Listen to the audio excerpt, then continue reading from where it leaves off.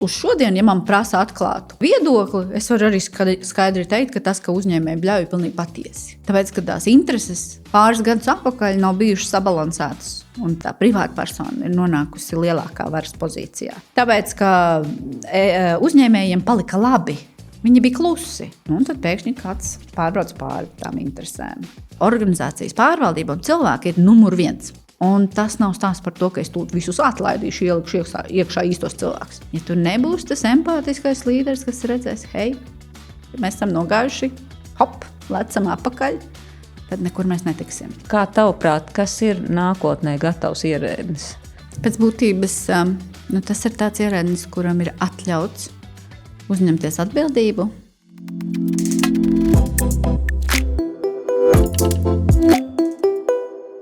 Šis ir Valsts administrācijas skolas podkāsts Izaugsmes formula, sarunu cikls Mācīt spēks. Pie manis studijā šodien ir Gundaga Jaunbērziņa-Beitika, profesionāli ar 20 gadu pieredzi publiskajā pārvaldē, šobrīd vada Latvijas Nacionālo akreditācijas biroju, cilvēks, kas ievieš daudz jaunu inovāciju savā organizācijā un pats ir ļoti radošs. Gundaga ir arī mūsu Valsts administrācijas skolas pasniedzēja, šobrīd apguvusi arī vienu tādu ļoti efektīvu un spēcīgu metodi spēļošanu, kas ir domāta tieši augstākā līmeņa vadītājiem ar mērķi, kā labāk veidot sadarbības tīklus, lai panāktu nepieciešamo rezultātu. Šajā epizodē runāsim par to, kā ieviest pārmaiņas organizācijā, kā nodrošināt ciešu sadarbību gan organizācijas iekšienē, gan ārpus tās. Sarunas noslēgumā uzzināsim vairāk par pašu Gundagu, par to,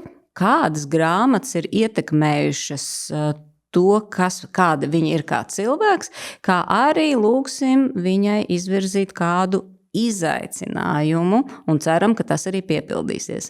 Sveiki, Gundaga! Sveiki!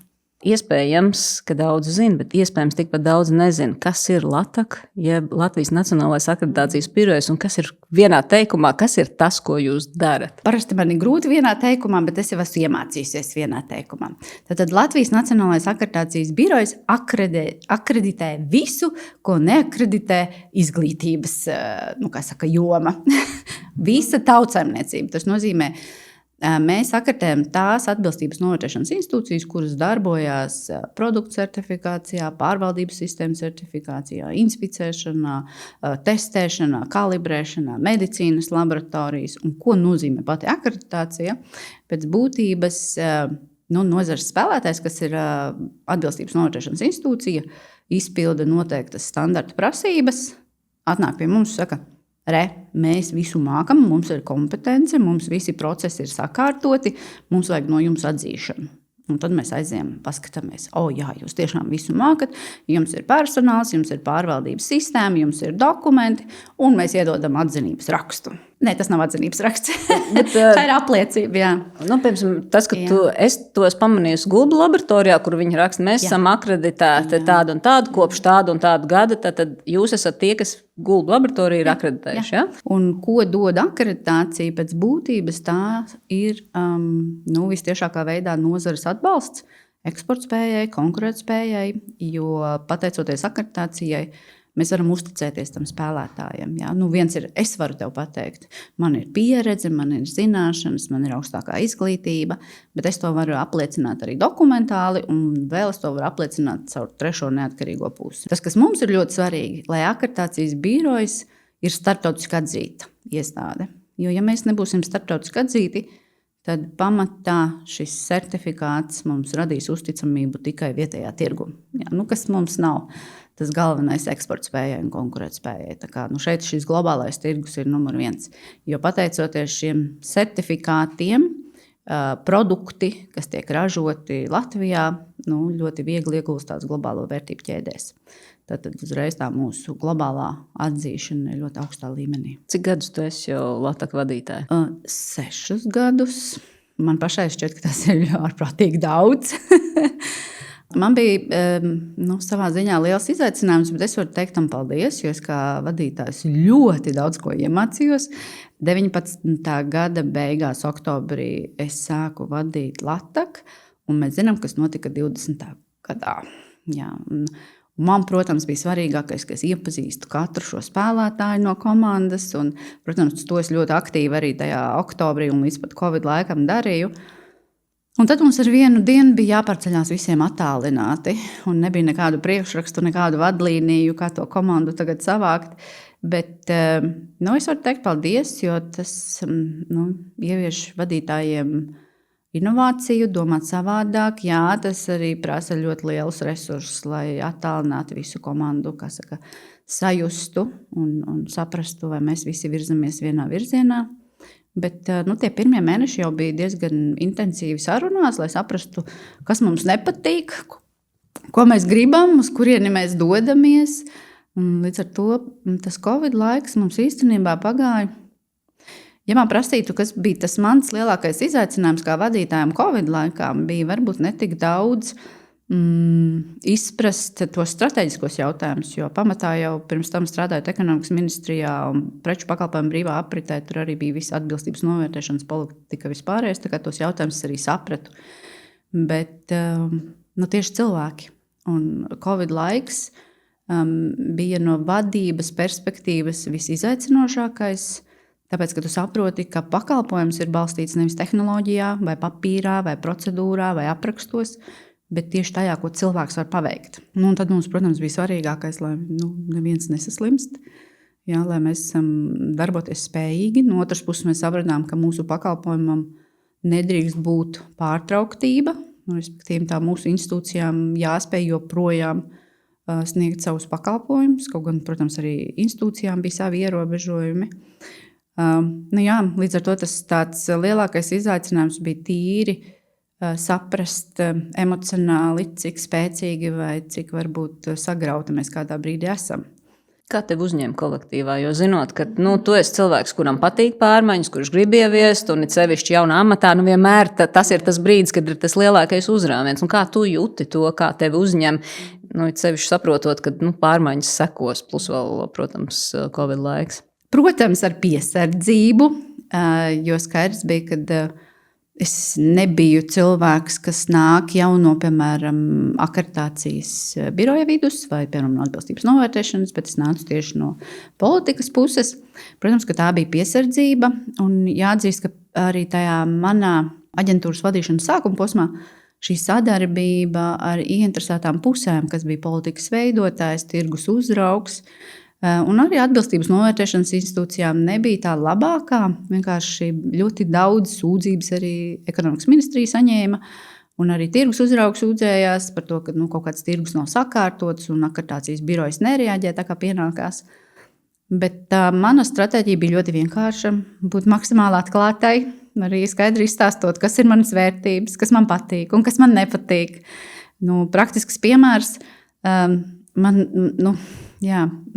jāsaka, pilnīgi trigerē. Ja?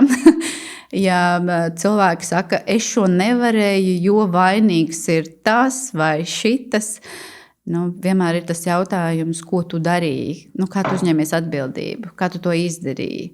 Tu vari teikt, es to nevarēju, bet es mēģināju, ja? Tad es uzsitīšu pa plecu. Tāpēc tādas, man liekas, ļoti svarīgi atklātas lietas pateikt, kas man kā vadītājiem patīk, ko es ļoti augstu cienu, un kas man pilnīgi ar šādu jautājumu nenāca pie maniem. Jā, apmēram. Kaut gan es esmu atvērta visiem jautājumiem, bet man liekas, tas svarīgākais būt ļoti atvērtam. Un līdz ar to, tā kā es biju ļoti atklāta, tad arī komanda ļoti ātri atvērās. Cik ātri tu tomēr jūti, kad arī tu saņem to uzticību no savas komandas puses? Jāatzīst tā, ka tas bija ļoti atkarīgs no cilvēkiem, bet 95% atvērās diezgan ātri. Bija atsevišķs procentu daļa, kur es ļoti labi sapratu, ka laikam tā vēsturiskā trauma kaut kādā ziņā ir bijusi dziļāka un vadītājiem nevar uzticēties un nevar atvērties, bet arvien vairāk uzdodot tādus ļoti atklātus jautājumus, es arī secināju, ka tā komanda, tas nebija ilgs laiks, mēs esam 21 kopā, tie bija kādi maksimums 3 mēneši. Bet vadības cilvēki jau ļoti ātri atvērās un, izklāstīja, jo vadītājiem jau pirmais jautājums, kur ir problēma. kur ir mūsu problēmas. Vadītājs nekad neteiks, stāstiet, kur tad mēs esam izcili. Vienmēr ir, kur mūsu problēmas, un tad tu saproti, ka to problēmu ir daudz, jā. Jo savā ziņā akreditācijas biroja tas tāds pozitīvais, ka visa pārvaldības sistēma, tas briedums ļoti liels, būvēts tad, kad es sāku, bija jau 25 gadi, jau tie ir 30 gadi. Un tad šķiet, viss ir superīgi, bet tajā brīdī, kad tu saki tam lielajam kuģim, tagad griežam pa labi vai griežam pa kreisi, tā komanda saka, nē, mums vienmēr tās pogas ir šādi noregulētas. Ne pa labi, ne pa kreisi. Un tā mēs te kursu uzņēmuši jau 25 gadus.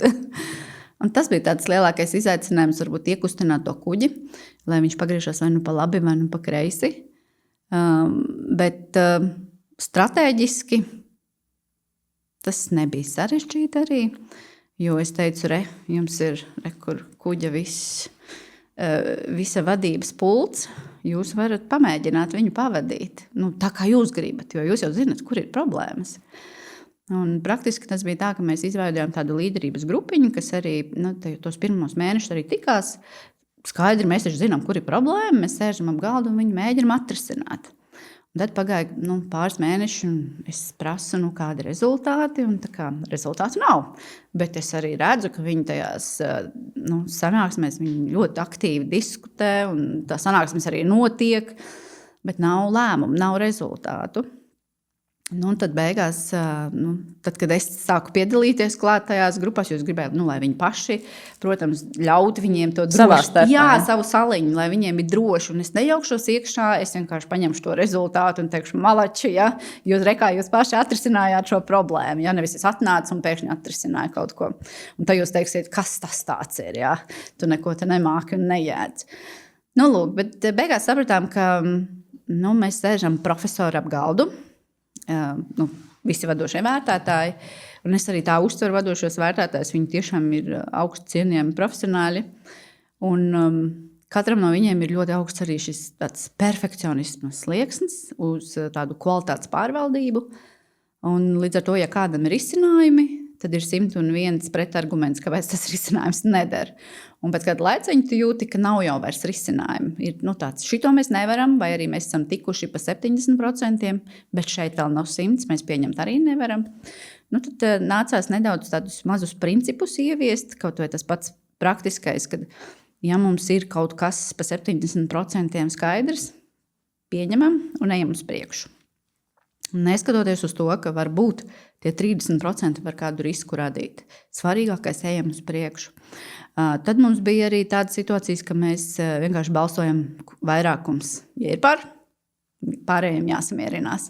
Vienkārši kādā brīdī tu esi vairākumā, kādu brīdi tu esi mazākumā. Bet vismaz tas kuģis sāk jau kustēties lēnām. Šobrīd es esmu milzīgi pateicīga par komandu, jo to kuģi viņi paši stūrē, un man tikai atliek pateikt, tur ir tāda pasakaina sāla vai rekur.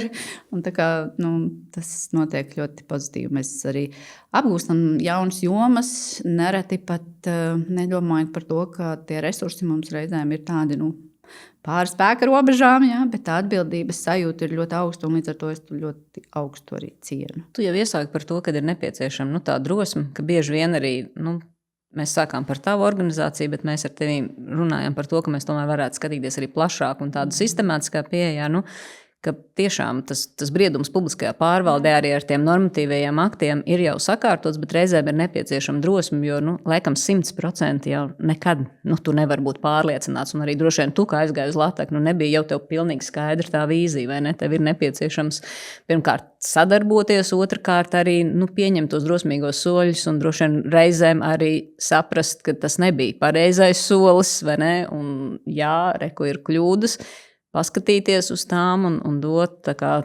citu atkal iespēju, pat ja atkal tur nav tie 100%.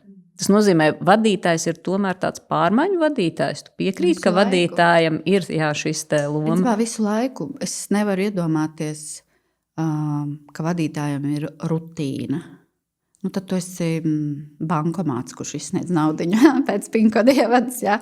Šobrīd es tiešām nevaru iedomāties, Kaut gan es nevaru arī atcerēties, ka strādājot ekonomikas ministrijā, kad arī tur būtu rutīna, jo katra tie nozares jautājumi bija ar savu iniciatīvu. Jā, varbūt tur bija viena forma, piemēram, ja tev ir jāgatavo pozīcija, tad tu gatavo pēc vienas formas un, protams, tu saproti tās intereses, bet te, manuprāt, ir tas svarīgākais un to, ko es arī aģentūrā paņēmu no ministrijas, jo savulaik ministrijā strādājot ar Eiropas Savienības vienotā tirgus jautājumiem, es nestrādāju, ierēdnis 608. kabinetā. Jo, kas tu esi tajā 608. kabinetā? Tu pilnīgi nekas neesi. Tev ir jārunā ar uzņēmējiem, tev ir jārunā ar sabiedrību, tev ir jārunā ar visām pārējām ministrijām, tirgus uzraugiem. Principā tev ir jāveido tāds milzīgs tīkls, lai tu saprastu, kur tad mēs katrs esam, kur tad tās mūsu prioritātes ir. Es iedomājos, ja šobrīd būtu Eiropas Savienības vienotā tirgus cilvēks, tad šobrīd būtu ļoti viegli ar mākslīgo intelektu strādājot. Bet tajā laikā mākslīgā intelekta nebija, un tu rakies milzīgi, un tad tev bija tie cilvēki, kuriem tu zvanīji, kur tu prasīji, tu rakies katram dokumentam cauri, visiem politikas plānošanas dokumentiem. Un tad nereti bija tā, ka tu uzdod kādu uzdevumu savai komandai, un tev ir atbilde, bet Gundaga, es neesmu eksperts. Es saku, es zinu, ka tu neesi eksperts, bet te ir tev dokumenti, un tev ir loģiska un racionāla domāšana par Latvijas valsti. Viss, virzamies. Tā ir drosme. Jo, principā, sanāk, ka tas ierēdnis no 608. kabineta, sēžot tajā mazajā soliņā, bīda Eiropas Savienības vienotā tirgus jautājumus. Es saku, tagad, kad tu esi vienas organizācijas vadītāja, tomēr ir cits skats, vai nekā strādājot ministrijā. Kas ir tas, ko tu redzi jau tādā sistemātiskā līmenī valstī? Kas ir tas, kas varbūt tās bremzē tās pārmaiņas, kuras mēs vēlamies redzēt? Man liekas, mēs esam valstī. Tas teiciens par to, ka ministrijā un katra ministrija kā tāda valsts un katra iestāde ir kā tāda sava valsts, ir pilnīgi patiesība. Mums trūkst tādas kā ekosistēmas pieejas, ka mēs cenšamies ļoti harmonizēti paskatīties gan uz valsts strateģiskiem mērķiem. Mums bieži vien ir mani mērķi, ja, un tad tur kaut kur ir politikas plānošanas dokumentā mērķi, bet otrs arī no tāda operacionālā viedokļa. Šobrīd vadīt komandu hierarhiski ir, man pat gribētos teikt, ir neprāts. Bet publiskā pārvalde, kāpēc neprāts varbūt, ja? Tāpēc, ka mēs nevaram ātri reaģēt, ja tev ir hierarhiski. Ja priekšnieks sacīja, tad mēs darām, un tā pa trepītei uz leju cerot, ka tā apakšējā trepīte saņems to ziņu. Vai ja priekšniekam nebija laika, mēs turpinām darīt to, ko mēs darām. Nenāk nekas jauns. Un tā hierarhiskā pārvaldība ir tas, no kā mums ir jātiek projām. Mums ir jābūt tai horizontālai pārvaldībai, kad ik viens mēs esam iesaistīti gan tam nepārtrauktiem uzlabojumiem. Praktisks piemērs. Tev var būt ministru kabineta noteikumi, par kuriem tu nes atbildību. Kā ministrijas ierēdnis. Ja? Tu tagad viņus esi uzražojis, pieņēmis ministru kabinetā, un nozare tagad ar viņiem strādā. Nozarē, piemēram, kaut kas tur nepatīk. Viņi saka, šitas nestrādā. Saka, labi, paldies. Šitas nestrādā. Labi, piefiksēs. Paldies, piefiksē. Jā, bet pamatā tev vajadzētu darboties pret regulējumu un arī jebkuru politiku kā tāds dzīves cikls.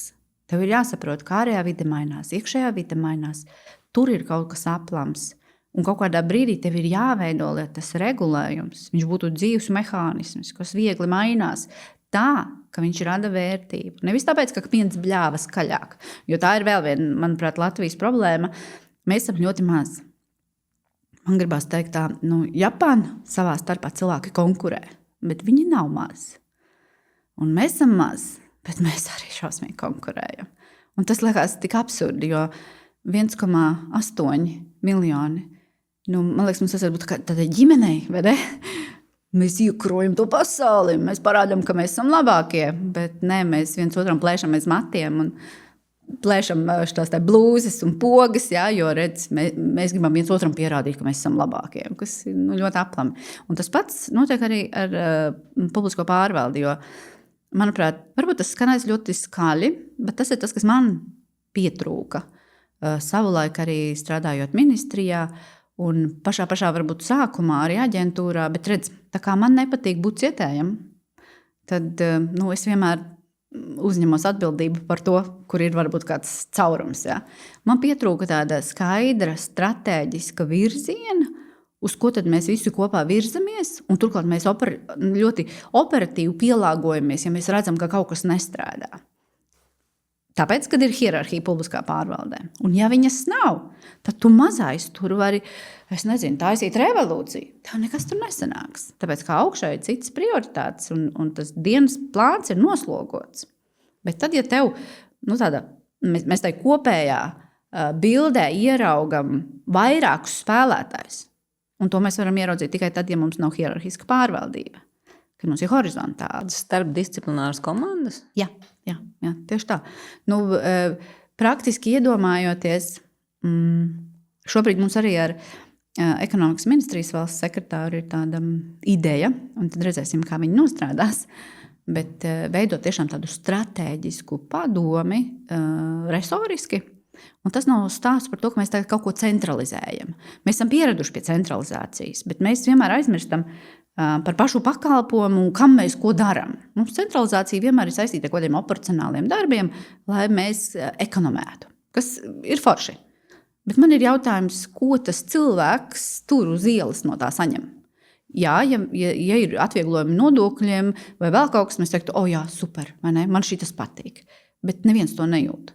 Tāpēc, manuprāt, domājot par tādu stratēģisku ekosistēmu, ir jādomā par to, kā mēs visi kopā tajā vērtību ķēdē virzamies uz to vērtību, ko mēs dodam Latvijai tādā attīstībā ilgtspējā. Ilgtermiņā. Respektīvi, nevis mēs tur skatāmies uz mūsu mazo mērķīti, bet skatāmies ilgtermiņā. Jā, mums ir jābūt arī operacionāliem mērķiem. Piemēram, praktisks piemērs, lai aģentūrai būtu tā kā komandai vieglāk fokusēties, kas tad ir tās mūsu prioritātes, jo pamatā tā dinamika šobrīd ir tik milzīga, ka mēs varam fokusēties uz daudz ko. Manuprāt, tā ir arī mūsu jauniešu šobrīd lielākais izaicinājums, ka tev ir tik daudz iespēju, ka tu sevi izdedzini, jo tu nezini vairs ko. Tu vari būt influenceris, un tu vari aģentus ražot, tu vari visu kaut ko darīt. Ja? Mūsu laikā tā nebija. Tu biji priecīgs, ja tu studiju laikā vēl varēji kādā kafejnīcā pastrādāt, tos 5 latus dabūt, lai varētu nosakt kaut kādus izdevumus. Tieši tas pats ir arī uz publisko pārvaldi. Mums ir ļoti svarīgi noteikt to stratēģisko virzienu, un būs ļoti daudz jaunas informācijas. Kā saka, tas informācijas gūzma ir milzīga. Un piemēram, aģentūras mēs skaidri pateicām termiņš, apjoms, kvalitāte. Un ļoti vienkārši. Tad, kad tu saproti visas iesaistītās puses un saproti viņu lielākās gaidas, tad to arī vari atzīt. Tātad, ja es esmu apsolījis, ka es to izdarīšu 2 nedēļās, un es arī saprotu, ka no tās manas sistēmas es varu to izdarīt 2 nedēļās, tad es arī to cenšos izdarīt 2 nedēļās. Ja es saprotu, ka tā mana sistēma to nevar izdarīt kvalitatīvi 2 nedēļās, tad es ar to interesēto pusi diskutējot, saprotu, kas tad varētu būt tas labākais risinājums. Apjoms, tas nozīmē, ja mēs apgalvojam, ka mēs sniedzam pakalpojumu, kas ir starptautiski atzīts, tātad mēs arī novērtējam tā, kā mūsu starptautiskās organizācijas to vēlās. Ja? Nevis mēs deklarējam, mēs tā darām, bet patiesībā tā nedaram. Ja? Vai arī mēs sakam, mēs gribam būt starptautiski atzīti, bet neesam atzīti, jo mēs vienkārši neizpildam tās prasības. Un 3. kvalitāte. Tātad pastāvīga komunikācija ar klientu katru gadu, lai saprastu, kas ir tie elementi, tās pozīcijas, kas mums ir jāuzlabo, kas mums dod vērtību tajā pakalpojumā. Un kvalitātes ietvaros, piemēram, mūsu praktiskais piemērs, kā mēs mēram kvalitāti, viens ir klientu aptaujas, bet mums ir arī iekšēji auditi, un mēs pielāgojam. Tāpēc, ka mēs pasakām, ka kvalitāte mums ir ļoti svarīga, līdz ar to mēs pielāgojam arī, piemēram, iekšējos auditus. Nevis mēs pasakām, mums tagad būs iekšēji auditi reizi gadā. Strateģiskais mērķis reizi gadā. Bet ka mēs pasakām, ka mēs gribam pārliecināties, ka mūsu pakalpojums tiek sniegts kvalitatīvi. Un mēs saprotam, lietu audits, vadošo vērtētāju monitorings. Mēs pēc tā, ko mēs izgūstam no audita, saprotam, vai tur ir kvalitāte. Un man liekas, arī publiskai pārvaldei šobrīd ir tāds liels izaicinājums, ka tie cipari, kas mums ir jāsasniedz, ir ārprātīgi daudz, bet bieži vien aiz cipariem slēpjas nevis vērtība, bet darbība. Nu, un tad iedomājies, tev ir kā ierēdnim jāsaražo kaut vai tās pašas pozīcijas pa Eiropas Savienības vienoto tirgu. Nu, es paņemšu to savu vēsturisko atmiņu. Skaitu, jā. Un tad saka, es esmu malacis, es esmu kārtīgi pastrādājis, es esmu saražojis tur 25 pozīcijas, tur ministram tēzes. Un vērtība? Nu, ko tu esi panācis? Jo jāatzīst, ka es bieži vien biju tas ierēdnis, kurš pateica, es to nedarīšu, jo es šeit neredzu jēgu. Kas izklausās briesmīgi, ja? Bet, ja es neredzu tam darbam jēgu, bet viņš ir tikai tāpēc lai tur būtu cipars, es tiešām to nedarīšu. Mums tur ir bijuši likuma projekti, kas ir jāizstrādā, ir bijuši ministra kabineta noteikumi. Es esmu par to, ka mēs grozam likumus, mēs izslēdzam kaut kādus bezsakarīgus, muļķīgus ministra kabineta noteikumu deleģējumus, ja viņi ir tikai priekš tā, lai tur būtu tas deleģējums. Ja tev nav satura un tu nesaproti vērtību, ko tu ar to var radīt, viņam nav jābūt. Turklāt, tas nav ierēģņa 608. kabinetā lēmums. Cieša sadarbība ar industriju, nozari, visām interesētām pusēm. Un tas ir tas, kas, man liekas, arī publiskajā pārvaldē izaicinājums. Vai katrs ierēdnis ir gatavs runāt ar citiem politikas veidotājiem, lai viņš ieraugtu to savu bildi jau tādā ekosistēmā, un vai viņš ir gatavs tiešām runāt ar to savu partneri nozarē. Nevis vienu cilvēku, bet tiešām ar nozari. Un mums bieži vien ir tā, ka publiskā pārvalde nav, viņa vairāk reaģē uz to, kurš skaļāk kliedz, bet viņa nav proaktīva. Patiesībā, ja man ir tā ikdienas saruna, tā kā mums arī aģentūrām, mēs ar klientu tiešām ikdienā sarunājamies. Kā jūs to darat? Jūs organizējat tagad, es esmu organizācijas pārstāvis, mums ir 1-pret-1 tikšanās, vai kas ir tas, kā jūs veidojat to sadarbību? Aģentūras pašā sākumā, es atceros, bija atsevišķas jomas, kur mēs saņēmām sūdzības. Un tad es novēroju praksi, kā atbilde uz sūdzībām bija pēc būtības atbildēt, vai mēs tam piekrītam, vai mēs tam nepiekrītam un kāpēc. Es domāju, ka mēs visi varam saprast, tā nav dzīva saruna. Un tad mēs beidzam gadu ar, 60 vēstulēm, un neviena no pusēm nav laimīga. Pirmkārt, mēs, tāpēc, ka mūs nesaprot, un otra puse, tāpēc, ka mēs neko nesaprotam. Mūsu prakse ļoti viegli mainījās. Visi tie jautājumi, kas bija problemātika, visi tika aicināti pie galda. Un tas ir tas svarīgākais – runāt apusēji. Jo pirmkārt, jo vairāk mēs runājam ar to pusi, kur ir problēma, jo vairāk arī mēs saprotam, tā mūsu empātija ieslēdzās, un mēs vairāk saprotam nevis tur burtu, bet jau to garu. Mēs saprotam, tur kaut kas tomēr ir, un mēs varam izrunāt vairāk nekā uzrakstīt. Turklāt arī klients daudz vairāk saprot gan to akreditācijas drēbi, gan viņš saprot, kas aiz tās vēstules stāv. Stāv kādi cilvēki, tur ir aizmugurē, kāda ir šo lēmumu loģika. Jo man liekas, tas lielākais izaicinājums bieži vien ir uz lēmumiem, kurus mēs nosodam arī kā sabiedrība, ja mēs nesaprotam, kas tur aizmugurē ir. Kas pa loģiku šim lēmumam bija? Tas varbūt arī rada to plaisu, kas mums ir tajiem lēmumiem, kurus nesaprotam. Ja mums nav skaidra loģika, vai arī mēs nezinām, varbūt kādi kompromisi ir aizmugurē, mēs nevaram pieņemt tos lēmumus. Un jo vairāk mēs kaut ko nezinām, ir sevišķi pārmaiņās, cilvēkam ir dabiska reakcija protestēt par to. Vai viņš noslēdzās, vai viņš uzbruk, vai viņš noģībst. Bet tas ir tas svarīgākais. Un pamatā tas arī, man liekas, ka vadīt valsti, tas ir uz katru ierēdni. Jo šī atbildība, tā kā Robiņš Šarma, tas pamatprincips, ka līderiem nav titula. Varētu teikt tāds jau visiem zināms apgalvojums, bet tam ir ļoti liela patiesība.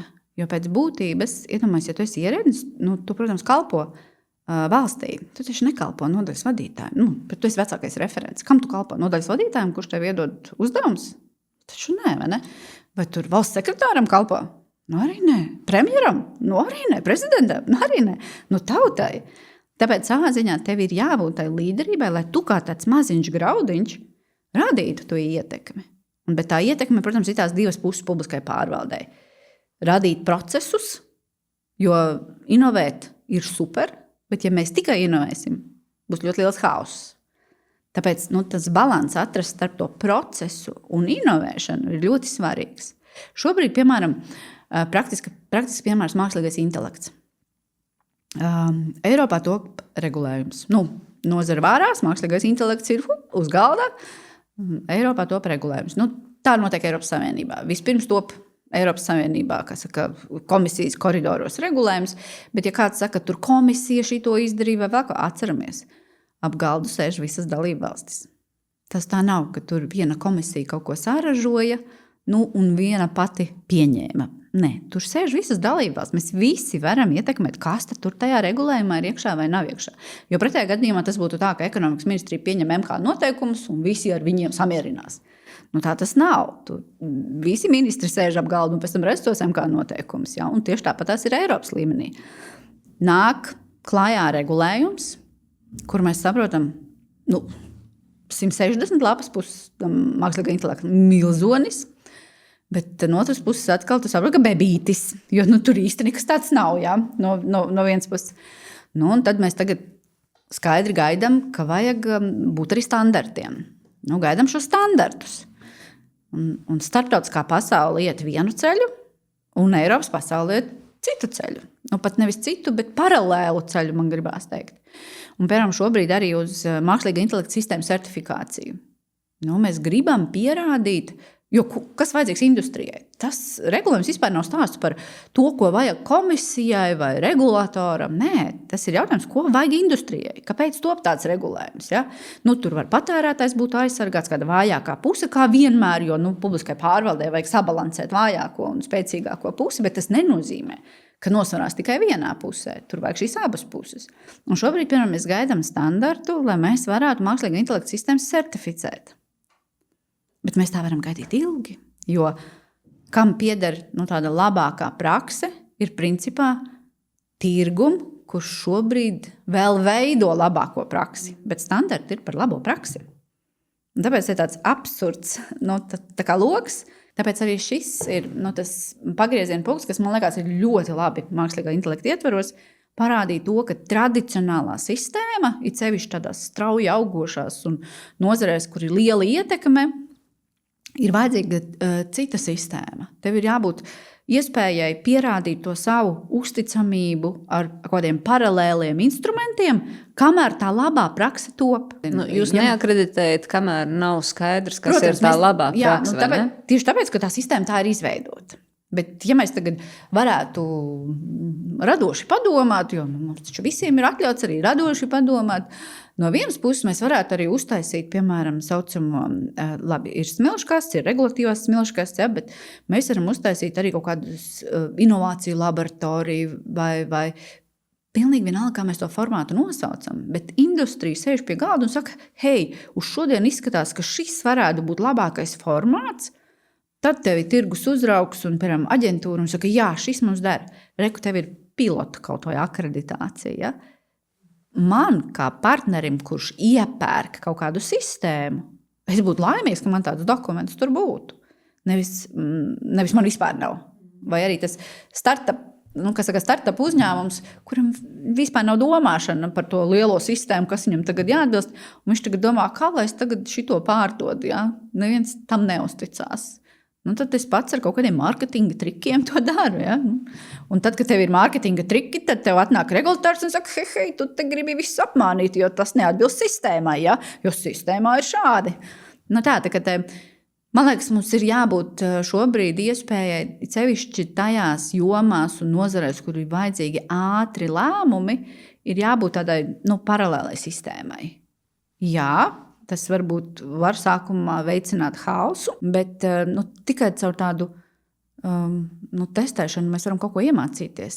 Bet, Klau, tas jau arī ir tāds domāšanas maiņas princips. Tāds, ka tiešām, tā kā tu saki, tu pasaki loģiski, vai es mazais ierēdnis kalpoju savam nodaļas vadītājam, tad, ja tu uzdod šādu jautājumu, tad nē. Bet praksē tu gaidi, man nodaļas vadītājs saka, es izpildu. Respektīvi, idejas un vērtību līmenī paprasīt loģiski. Tad, kad es esmu ierēdnis, es arī nododu zvērestu, kam es kalpoju un tā, bet tā praksa, bet tad kā izmaiņot, jo tā hierarhija ir tik ļoti iesakņojusies, ka tagad, es teikšu, un mēs arī visās podkāstu epizodēs arī runājam par to domāšanas maiņu, it kā kaut kas ēterisks, bet tai pašā laikā, tieši tā, kā tikt pāri tam un kā domāt par to, ko dod tie mani 20 pozīcijas, noteikumi sagatavotie vai, mums apmācības, nevis skaits, bet kas ir tas, kas, galā. Jo tas jau ir tas nedrošais, jo drošais jau ir tas skaits. Vai ne? Tas ir tas, pie kā mēs esam pieduši un kas iedod to drošības sajūtu un savukārt tā drosme pateikt to pārējo.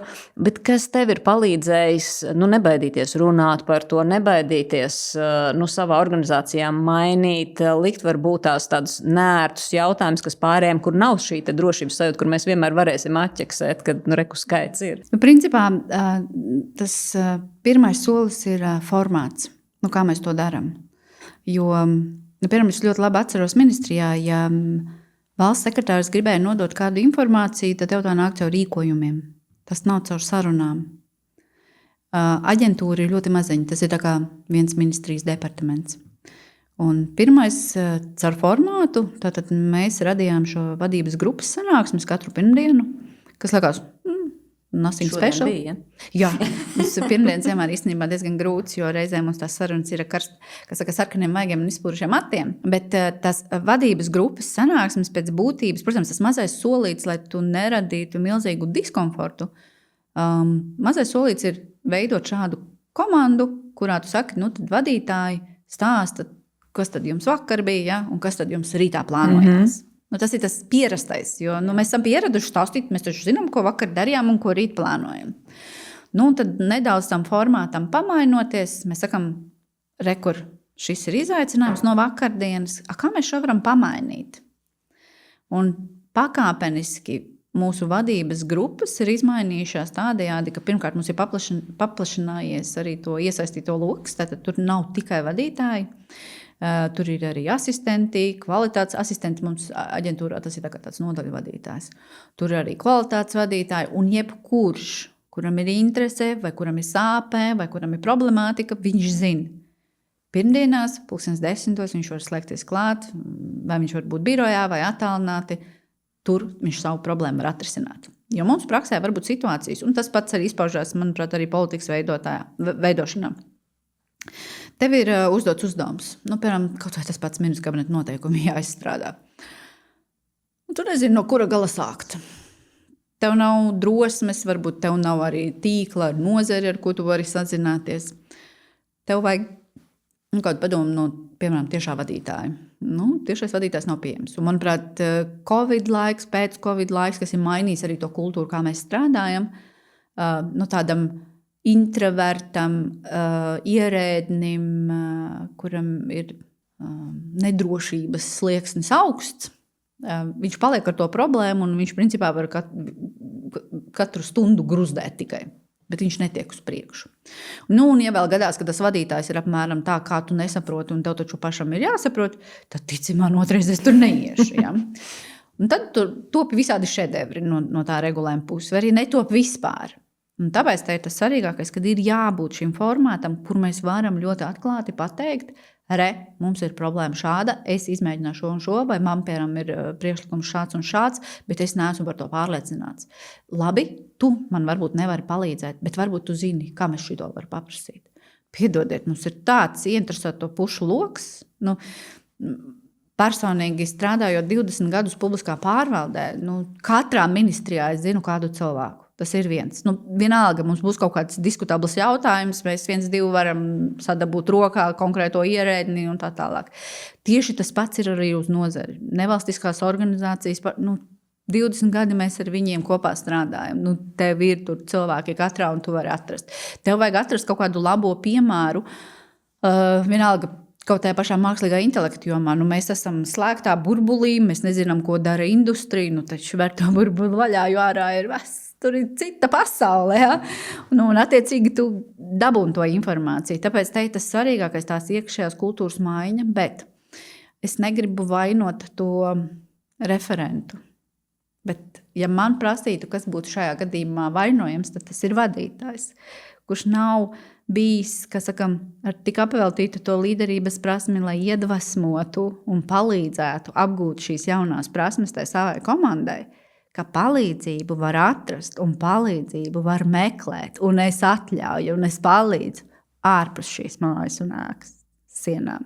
Nevis tā, tu nezini, es sazvanīšu. Tev vajag, es izdarīju. Un beigās tu nesaproti, kāpēc tā tava komanda ir vienīgi idioti, vai ne? Tu visu zini, viņi neko. Kāpēc tu nevari teikt, reku zvani šim un veidot to kontaktu tīklu tālāk? Bet to var iemācīties, to mēs varam iemācīt tādus vadītāju. Nu, ja es esmu ilgstoši bijis vadītājs, un tā mana pieredze ir tāda, ka es tomēr vienmēr saku, nē, ar industriju tur jābūt tur savs līmenis, tu labāk nezvani. Un šis man nepatīk. Jā, jo šito dzirdot, man tas tā. Jā, ko, nē, to jau mēs tā nevaram zvanīt, kuram katram, un kas tagad būs, ja, un ko tu runā ārpusēs. Respektīvi, viss šis te.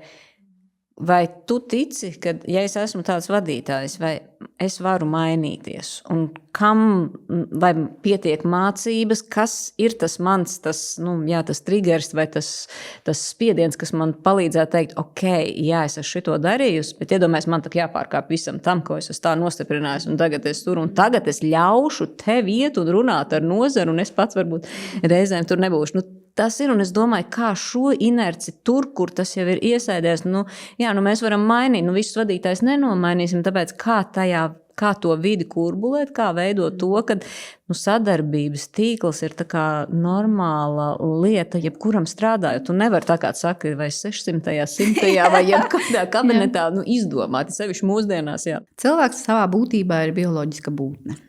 Ko tas nozīmē? Mēs skatāmies uz citiem. Ja tev būs piemērs, āgri vai vēlu, tu pēkšņi sāksi uzvesties līdzīgi. Tāpēc te ir svarīgi, ka tie piemēri tiek veidoti.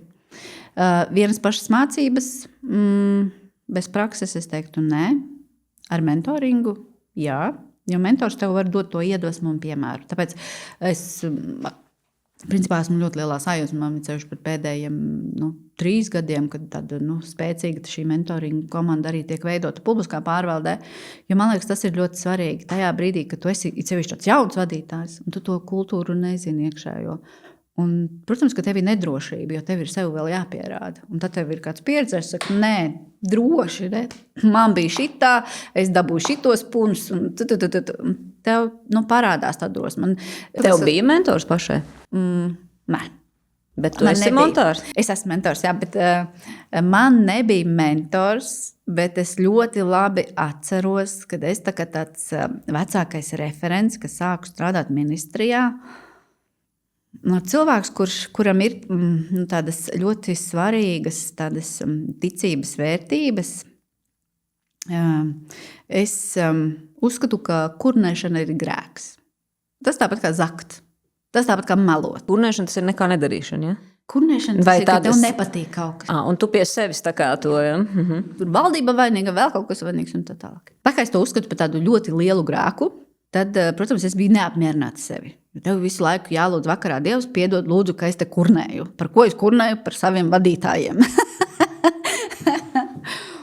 Tad kaut kādā brīdī, man kā cilvēkam, kuram ir ļoti svarīgi uzņemties atbildību, jo patiesībā man to iemācīja mani vecāki. Viņiem neinteresē, kā es mācos vai kā es sasniedzu rezultātu. Viņus interesē tikai rezultāts.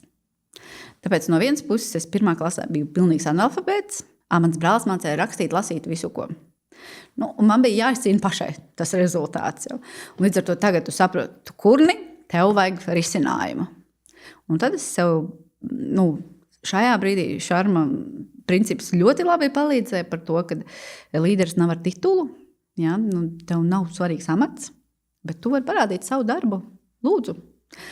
Un tad, kā referents, protams, es sāku tikt vaļā no tā savā ieraduma kurnet, bet dalīties tajā savā redzējumā, nevis nosodītais stūra vai pie kafijas automāta, kas ir tik viegli. Un īstenībā tā ir tā, man liekas, tāda publiskā, bet varbūt arī privātajā sektorā. Tas ir tāda, tā sliktā iezīme kultūrai, ka mēs kurnam pie kafijas automātu un patiesībā mūsu līderi un vadītāji pat nezin, ka tu esi neapmierināts. Ja? Tev ir jāsaka, kas tev neapmierina.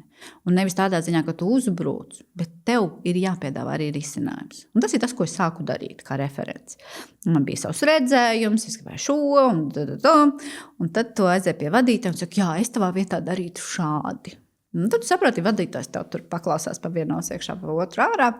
Bet es ļoti labi arī apzinos, ka tajā brīdī, kad man tā karjeras attīstība bija solīti pa solim augšup, bija saistīta tieši ar to, ka es uzņēmos pilnu atbildību par katru jautājumu, un es arī attiecīgi viņu risināju un mēģināju piedāvāt dažādas alternatīvas, jo es savā domāšanā esmu stratēģis, jo man tas bija iemācīts no ģimenes. Man vecākiem bija jāpārdod tas mans rezultāts.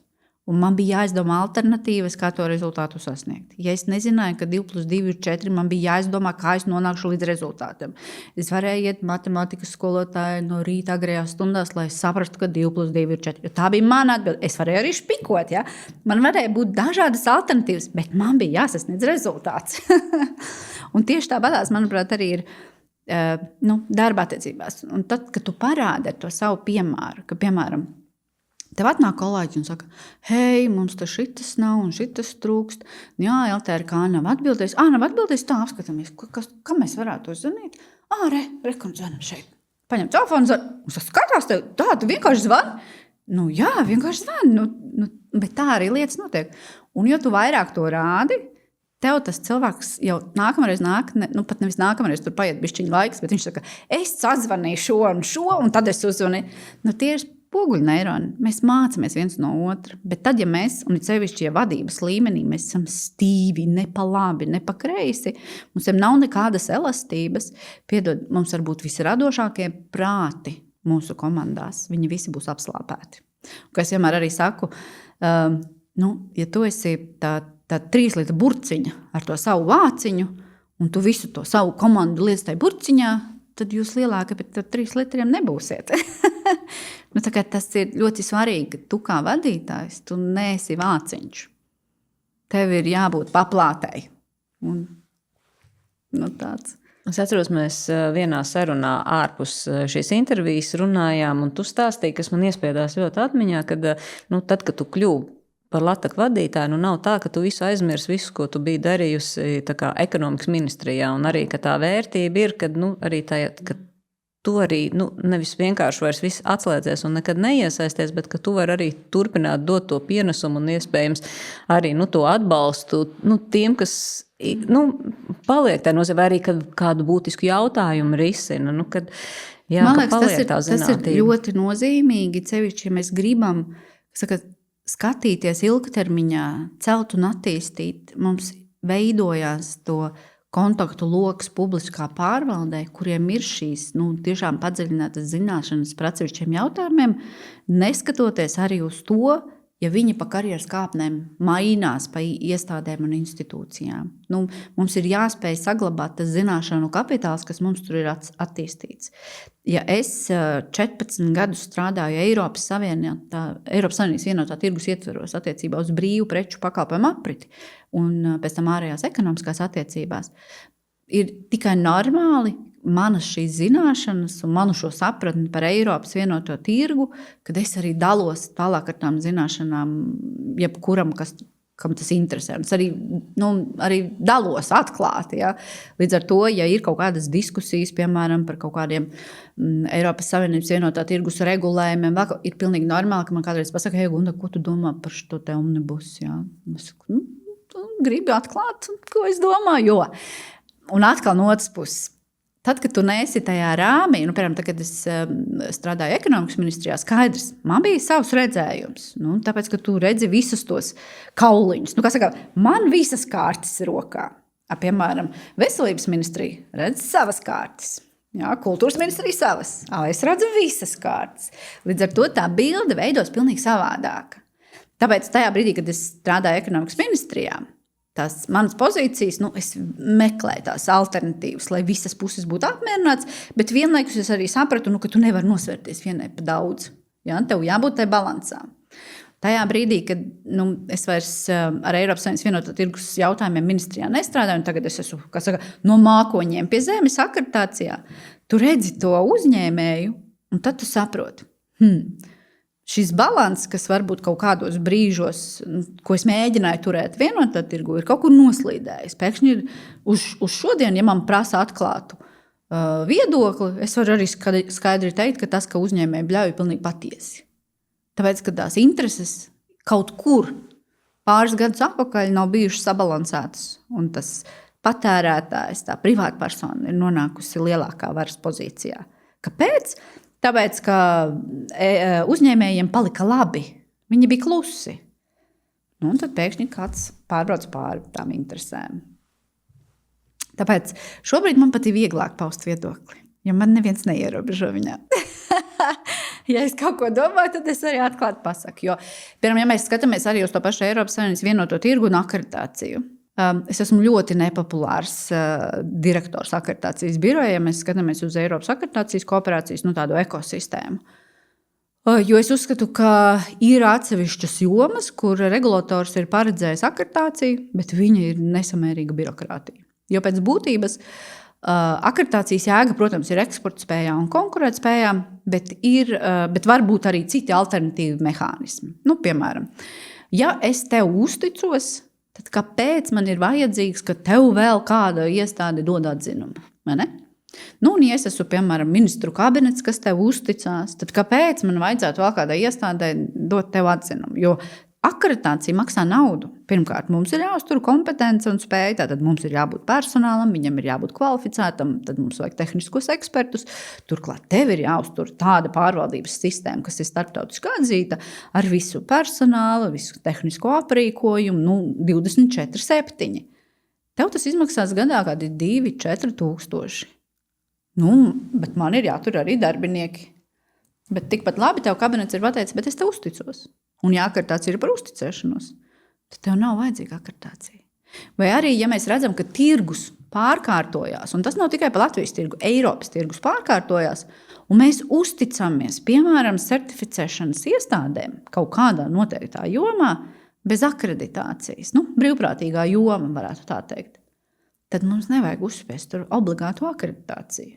Ja viņi kā partneri savā starpā uzticās un tirgus uzraugs neredz tur problēmas, kādu vērtību rada akreditācija? Nekādu.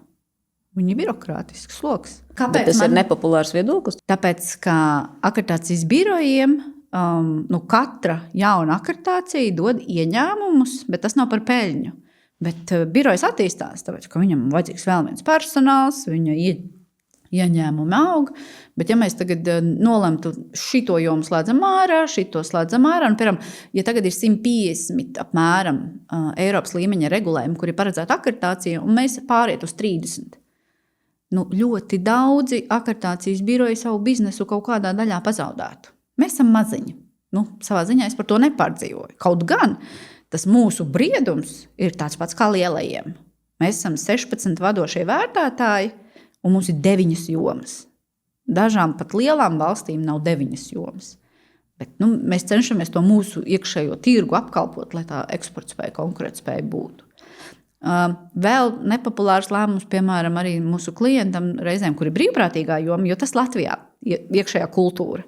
Tas ir par to, ka mēs viens otram acis plēšam, un pogas raujam ārā. Mums atnāk klients un saka, ka viņš ir akreditācija šajā jomā. Tad mēs sakam, bet kāpēc? Tāpēc, ka tam ir. Bet jums klients ir? Nē, bet tā ir brīvprātīgā joma. Būs klients, ja tam klientam vajag to akreditāciju, ja, piemēram, viņam vajag to produktu starptautiskā tirgu, un viņam vajag to atzīšanu pāri robežām, tad arī piesakiet to akreditāciju.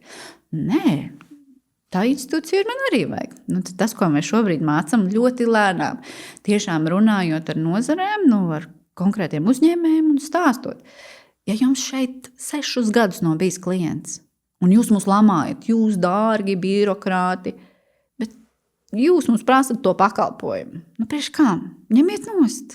Tad, kad jums viņu vajadzēs, tad būs jēga, tad būs tā vērtība. Un tas ir nepopulārs lēmums. Jo akreditācija vienmēr, un arī tā akreditācijas kopiena ir ļoti konservatīva, un viņa ir par to, ka nekas nav uzticamāks par akreditāciju. Nu, ko es arī apšaubu bieži vien. Nu jā, un arī starptautiskā līmenī šobrīd ir tādas ļoti aktīvas diskusijas par to, uz kuru virzienu mēs dodamies, vai mēs akreditācijas paplašinam biznesu, vai mēs viņu sašaurinam. Man vienmēr šajās diskusijās ir par to, kādu vērtību mēs radam. Jo, piemēram, arī uz šodienu akreditācijas izpildījums ir auditā balstīts. Tātad, tu man apliecini, ka tev ir kompetence un spēja, es to novērtēju vizītē, dokumentāli, tu man praktiski nodemonstrē, un tad 5 gadu ciklā es tevi reizi gadā atkal auditēju pa atsevišķiem jautājumiem.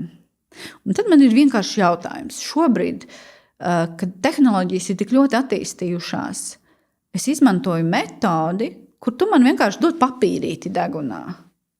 Es tiešām varu uzticēties tavai kompetenci un spēju no trešās puses, piemēram, nevis no akreditācijas, 24/7.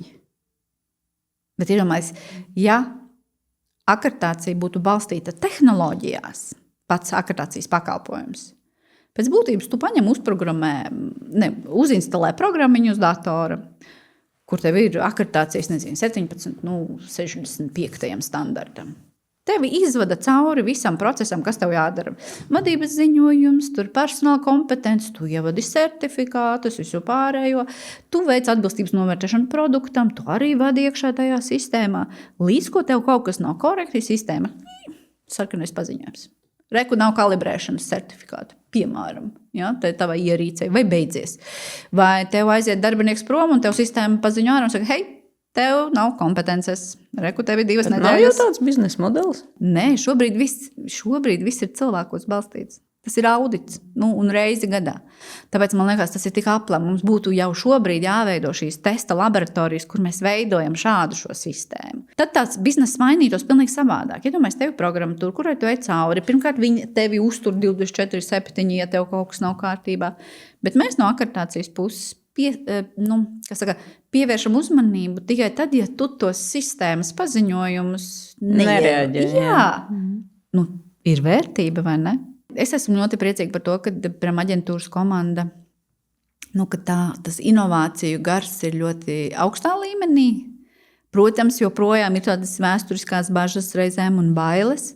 Jauniem cilvēkiem, kas ienāk aģentūrā, varbūt ir grūtāk inovēt, jo tev vajag to kompetenci. Tev vajag tādas zināšanas un izpratni, līdz ar to tev vajag arī to pieredzi, saprast to drēbi. Tikai tad tu varēsi sākt inovēt, jo tie, kas nāk uzreiz iekšā un saka, šeit vajag visu inovēt, tur arī iebrauc lielā grāvī. Ja? Tu nevari tā uzreiz visu nogriezt. Vajag, lai varētu un tad apmēram tas ir tā, mēs tagad peldēsimies un reku, tur mums tagad būs siltais dīķis un tu nepadomā par tām zivīm, kas tur ir iekšā, kuras visas izvārās. Ja?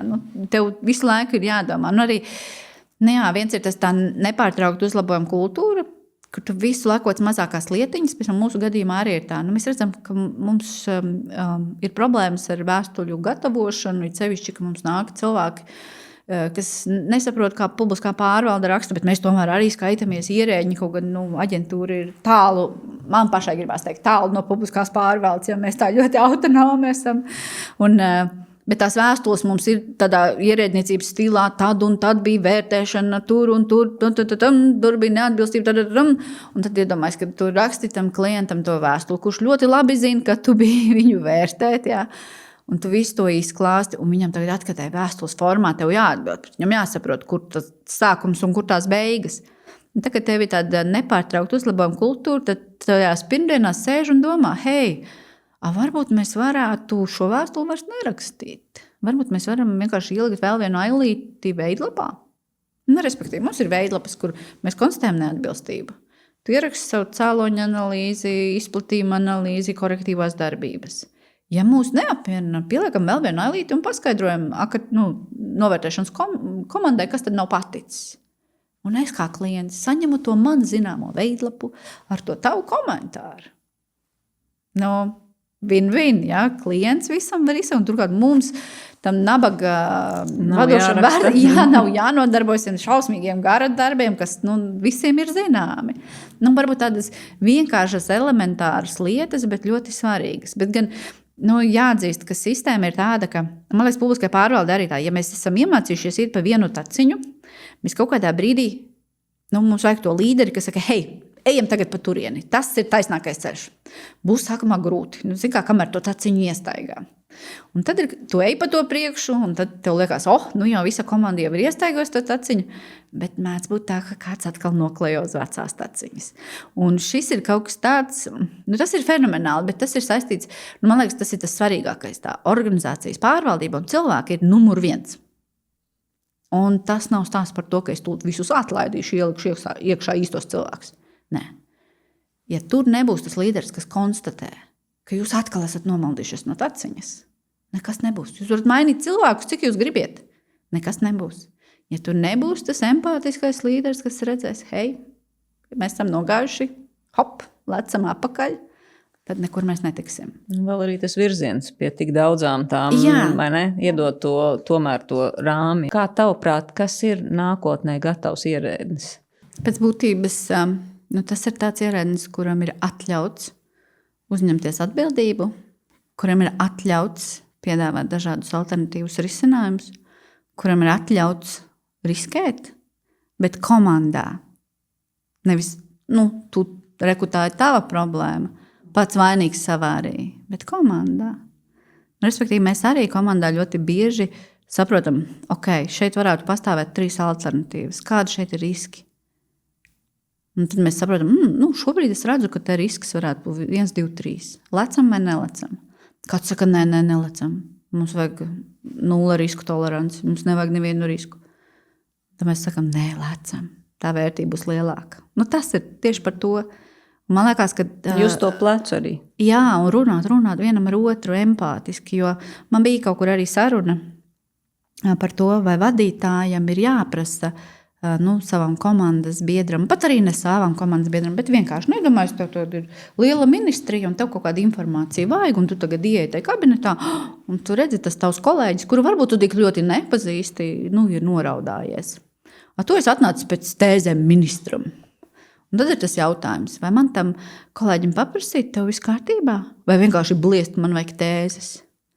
Tā mūsu sāruna vadītāja starpā bija tā, ka lielākā daļa vadītāja atzina, ka es nebalstos viņa dvēselē. Bet es uzskatu, tas ir aplama. Jo ja tu nezini, kas notiek ar cilvēku, tu nevari viņu vadīt līdz rezultātam. Tāpēc tev ir jāzina, kas ar cilvēku notiek, lai tu to komandu vadītu. Tu nevari komandu vadīt uz rezultātu, balstoties uz cipariem. Tev jāzina, kas ir tie tavi cilvēki. Tev jāzina, tā komanda, ko tu vadi, tīri cilvēciski. Tāpēc man liekas tāds būtiskais aspekts arī vadītājiem ir, tev ir jāsaprot tīri bioloģiski, kā darbojās cilvēks. Numur 1. Tas arī manā pieredzē bija ļoti svarīgi. Mēs tagad tieši pāriesim uz jautājumiem, manuprāt, kas arī varbūt skar šo cilvēku izpratni. Mēs katram viesim pirms tam palūdzām minēt filmas, grāmatas, varbūt tās kādus rakstus, kas ir veidojis tev vai kas raksturo tevi. Tu minēji Džonu Maksvelu, Robertu Grīnu, Jordanu Petersonu, un vēl tu minēji, ka Harvard Business Review raksti. Vai tu vari ieskicēt, kāpēc šie autori, par ko viņi raksta un kāpēc tev viņi ir svarīgi? Ja man uzdot jautājumu, kas vadītājiem jābūt kabatā, tam piezīmju blociņam kādam, šobrīd viss ir digitāli, tā es varētu teikt. Tu nevari visas grāmatas nesāt sev līdzi. Tad par Harvard Business Review tas ir stāsts tieši par to, ka tas ir tas mans blociņš, kur es pastāvīgi redzu. Protams, tas ir, mums ir jāskatās, protams, kam pieder Harvard Business Review un vispārējais, un kas tas pa tirgu ir apakšā. Bet mēs redzam visas tendences, kas notiek cilvēku vadībā, pārmaiņu vadībā, kaut kādās krīžu vadībās, stratēģiskos lēmumos, sistēmās. Tas ir must have. Ja es kaut ko tajā mēnesī izlasu, tad kaut vai viens variants, kad es izlasu visu saturu detalizēti no tā, kas tā mēneša Harvard Business Review ir pieejams. Plus, protams, tā kā es šo materiālu arī abonēju, man ir pieejami visi case studies, un es varu arī iedziļināties kādā konkrētā jautājumā, kas man ļoti interesē. Es ļoti labi saprotu, ka man ir vajadzīga personāla politika, bet es gribu viņu modernu, un es gribu viņu tādu, kas ir mūsdienīgi, ja? Kas nav manā prātā, manā galvā, manā izpratnē ar maniem tarakāniem, jo es redzu, ka es tevi gribu vadīt tieši šādi. Ja?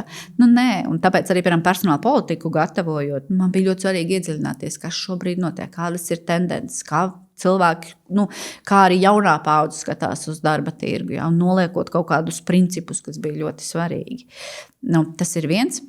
Šie mani piesauktie autori, par grāmatām runājot, grāmatas ir man numur 1, un es esmu bezgala pateicīga vispār par tiem resursiem, kas mums uz šodien ir, jo es būtu laimīga studēt Stanfordā, Harvardā, MIT un vispārējais, bet, protams, ka es nevaru to atļauties. Un tad tu saproti, ka tu vari sēdēt atkal kā cietējs. Man nekā nav, šeit jau mums nav izglītības. Bet tu atver to plašo internetu, kur tev ir pieejams. Arī par to pašu mākslīgo intelektu. Tev tik daudz fantastiskas lekcijas bez maksas tajā pašā YouTube, kur tu vari visas tās jaunās informācijas smelties, ir tik ļoti svarīgas. Ja mēs runājam par līderību, 2008. gadā man bija iespēja iepazīties ar John Maxwell tīmu komandu šeit Latvijā. Viņi veidoja tā kā uzņēmējiem, pašam Johnam Maxwellam ir tā viņa vīzija, miljonus līderi, ko viņš tā kā apmācīs. Un tajā 2008. gadā es iepazinos ar komandu. Redz kā, tu man teici, vai man ir mentors. Jā, man ir, bet es tā uzreiz pa valsts pārvaldē man nebija, kad es sāku, jā. Bet man ir, mentors. Un tieši no šī John Maxwell komandas, George Clintons, ļoti foršs vārds uzvārds, jā, bet, tas bija cilvēks, ar ko es varēju sazvanīties, un mēs varējām parunāt par visādiem maniem izaicinājumiem, kad es kļuvu par vadītāju. Bet es piekrītu tam viedoklim, kas vairāk sliecās par to, ka līderis nepiedzimst, bet līderības prasmes mēs apgūstam. Un tas ir tāpatās kā frizieru prasmes. Tu vari būt fantastisks frizieris, jo tev ir arī talants, bet prasmes tev ir jāapgūst.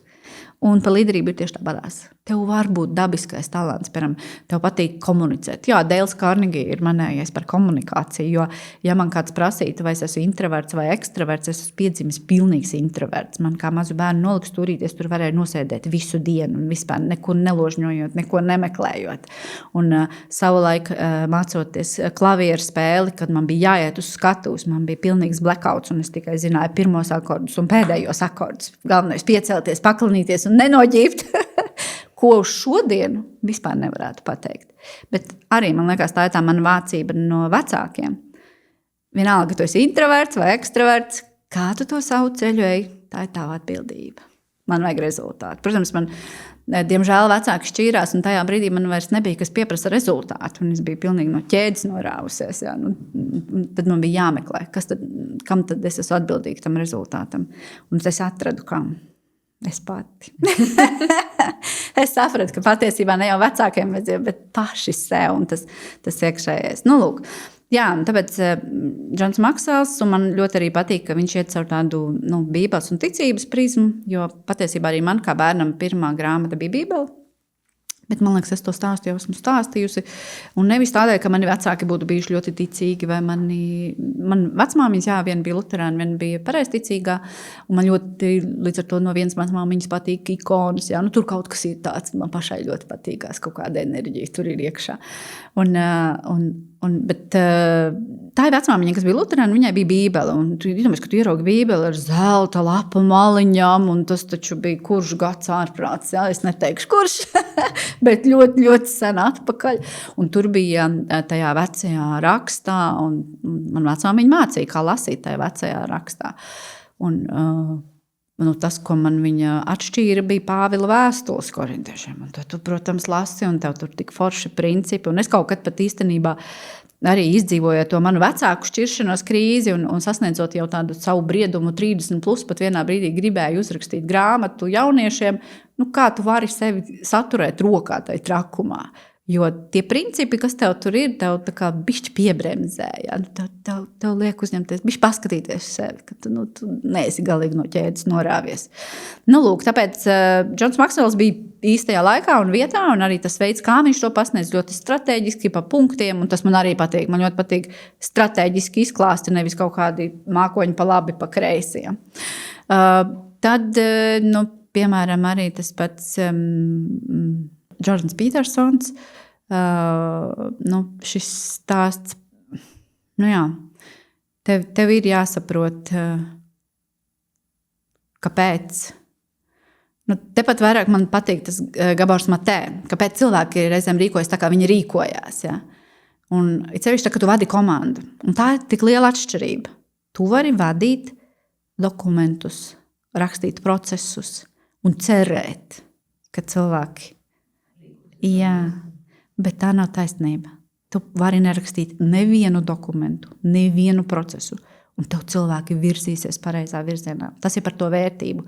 Cilvēks vienmēr ir pirmā vietā, ir sevišķi tur, kur ir jautājums par tādām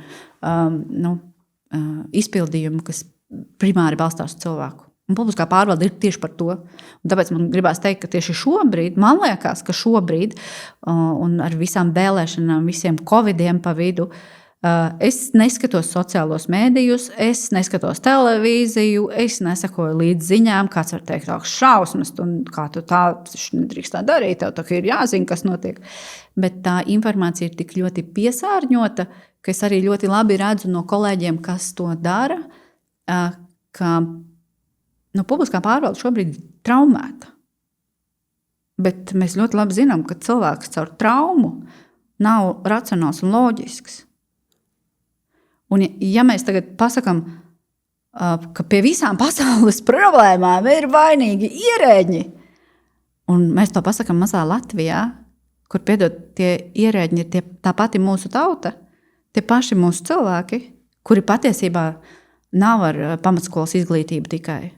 Viņi ir ļoti gudri cilvēki, viņiem ir milzīga pieredze un bagāža, un viņi arī jūt diskomfortu, tāpēc, ka viņi grib turpināt kalpot, bet tā vietā tev pasaka, tu esi idiots, jo piedod sistēma tāda ir šobrīd izveidota. Mums ir vajadzīgi tie līderi un vadītāji, kas palīdz mums visiem kopā to sistēmu izmainīt un darīt vieglāku. Tev ir jāsaprot, kas ir cilvēks. Tāpēc, piemēram, tas pats Gabors Matē, protams, viņš runā par tādām dziļām traumām, bet tas ir tieši par to, tev ir jāzina.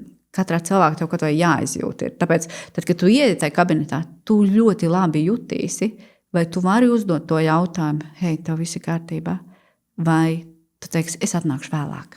Saprot? Tas ir par to, ka tu jūti, tā ir tava empātija. Un Roberts Grīns, protams, varas spēles, tas jau man kā stratēģim cilvēkam ir ļoti svarīgas, tāpēc, ka mani vecāki arī bija apveltīti ar ļoti lielu jaudu. Es varēju varas spēles mājās redzēt 24/7. Un, kā saka, nebija neviens tāds brīdis, kad es nevarētu redzēt varas spēles, jo man tēvs bija uzņēmējs, mamma savulaik kultūras darbinieks un mūzikas skolotāja, bet arī tādu rīktīgi krampi arī uz dažādām, kā saka, uzņēmējdarbības lietām. Vecmāmiņa bija fantastisks pārdevējs, varēja pārdot visu, kas kustās, kas nekustās, tāpēc man bija brīnišķīga īstenībā skola. Un, tā kā varas spēles ir kaut kas tāds, kas mums apzināti patiesībā būtu visiem jāzina.